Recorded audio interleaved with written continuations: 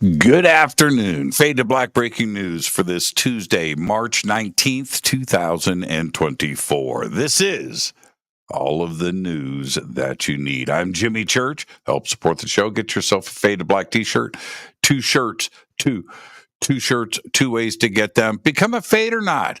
Chat room is open and everything else, and there's links to do everything that you need below. Help support everything that we do around here. An amazing week on Fade to Black this week. Last night, Nick Pope was with us. Tonight, Bruce Leininger is here. We're going to be talking about reincarnation and his book, Soul Survivor. Tomorrow night, Carrie Sudmeyer is here. That's right, Carrie from Palm Springs. She's got a new movie out called Frequency Over Time. We'll be talking about that tomorrow night. Thursday night, Riz Verk is here. We are going to celebrate the 25th anniversary of The Matrix. And then Friday, Jason Quit, a very special event right here on Fade to Black. His new book, Gates of the Anunnaki, is about to be released. I think it's dropping today, maybe tomorrow. I will keep everybody posted on that. And we are going to celebrate the publishing of his new book. Friday night, Jason Quit is here. So 5 nights of Fade to Black this week. All right, let's get to it. On this day in history, 1957.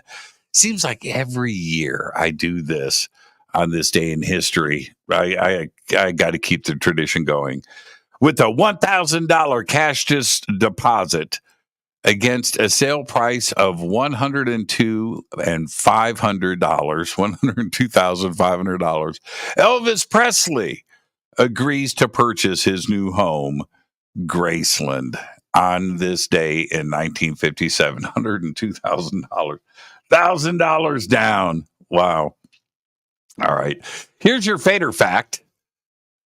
Recent research shows that individuals from opposing viewpoints are most likely to label their own beliefs as facts, dismissing contrary views as merely opinionated. This is a fact. Yeah, wow. Breaking news. Let's get straight to it.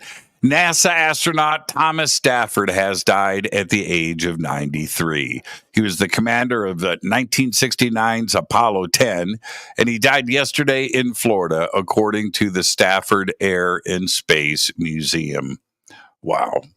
Starting tonight, spring will have officially sprung in the Northern Hemisphere. Today is the March equinox that marks the change of seasons across the globe. In the Northern Hemisphere, the March equinox signals the end of winter and the beginning of spring, which is why it's also called the vernal equinox or spring equinox.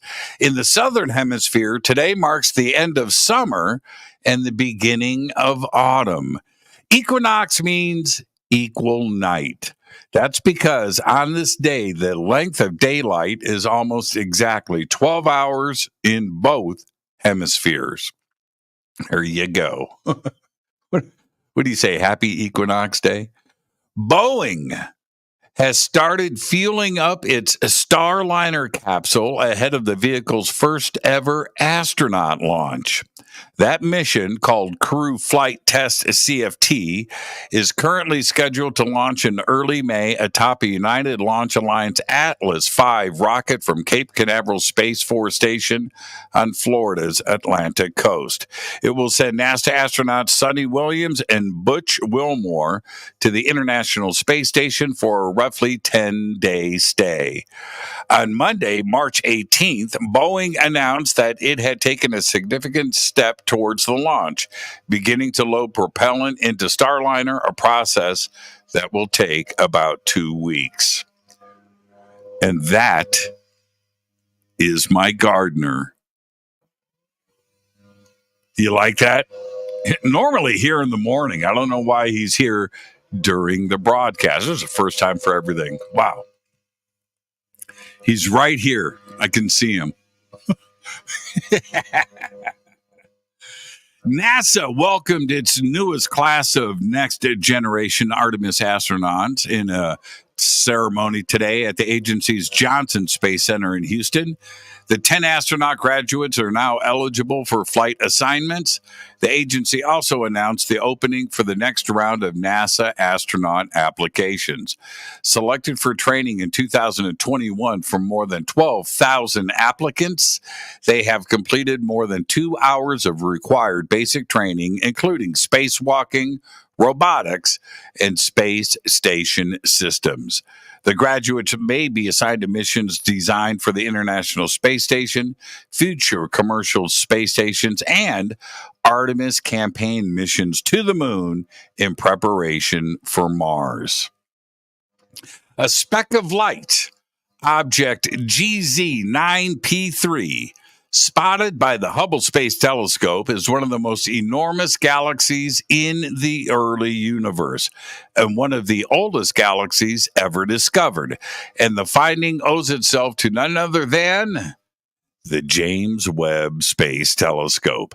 The James Webb Space Telescope International Glass Collaboration made detailed observations of the galaxy dubbed GZ9P3, which is seen as it was just 510 million years after the Big Bang. GZ9P3 is far more massive and mature than expected for a galaxy in the infinite universe. During the ancient time period in which it was spotted, it already appears to contain several billion stars. It was just a speck of light, and it turns out to be one of the oldest galaxies ever. Astronomers have charted the largest ever volume of the universe with a new map of active supermassive black holes living at the center of galaxies. Called quasars, the gas-gobbling black holes are, ironically, some of the universe's brightest objects. The new map logs the location of about 1.3 million quasars in space and time, the furthest of which shone bright when the universe was only 1.5 billion years old. For comparison, we know that we're about 13.7, 13.8 billion years old. The team presented the map in a paper published yesterday in the Astrophysical Journal. The paper's lead author, Kate Story-Fisher, is a postdoctoral researcher at the Donostia International Physics Center in Spain. And finally, I'll leave you with this. I hope you're sitting down. The owner of Novo Nordisk, the drug maker in Denmark, is funding a new supercomputer powered by NVIDIA's artificial intelligence technology they say, is for the discovery of new medicines. The Novo Nordisk Foundation has awarded France's Eviden a contract to build what the computing company says will be one of the world's most powerful supercomputers, able to process vast amounts of data using AI. The supercomputer is expected to be ready for pilot projects before the end of the year and will be housed in Denmark's National Center for AI Innovation. NVIDIA is now one of the largest companies on the United States stock market, valued at $2.21 trillion. The new supercomputer will use NVIDIA's latest chip technology and will be called, are you ready? Geffen. In Norse mythology, Geffen, and it's spelled Gefion, but it's only 2 syllables, Geffen. You've also seen it spelled Gefn, Geffen. Geffen is a goddess who gives prosperity or happiness. In the Poetic Edda, a poem, a story, there is a conversation with her, Loki, and Odin, and it's well worth the read. You've got to check that out. But anyway, back to the prosperity and happiness part. Today, NVIDIA showed its next generation graphics processor for artificial intelligence called Blackwell, and says it will cost between $30,000 and $40,000 per chip. There will be at least 3 different versions of the Blackwell AI accelerator, a B100, a B200, and a GB200 that pairs 2 Blackwell GPUs with an ARM-based CPU. The Novo Nordisk Foundation has a stake in Novo Nordisk, a company worth more than Tesla. So let's put it all together. 2 of the biggest corporations in the world, combined with a larger foundation, trillions of dollars, in possession of leading-edge AI tech, is building the largest AI supercomputer in the world, and it will be up and running by the end of the year. What could go wrong? By the way, about the new Blackwell AI chipset, back orders are flooding in from Microsoft, Meta, Amazon. For example, Meta is buying hundreds of thousands of NVIDIA H100 GPUs this year at $30,000 a chip. And the H100 is the old model. Now, I've been telling you for years that the race is on. This is global, and there is no second place trophy.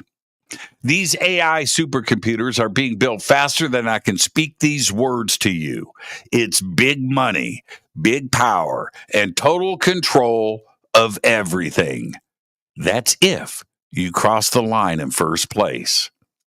Now, you've only heard about OpenAI and ChatGPT. What's going on behind the curtain is truly scary stuff, and it's for real. Seriously. There you go. There's all the Fade to Black breaking news that you need for this Tuesday, March 19th, 2024. Breaking news is produced by Renee Neumann. I'm Jimmy Church. I'll see you tonight on the show with Bruce Leininger. We're going to be talking about reincarnation and his book, Soul Survivor. For now, all I've got is Go Back Lee Tappy.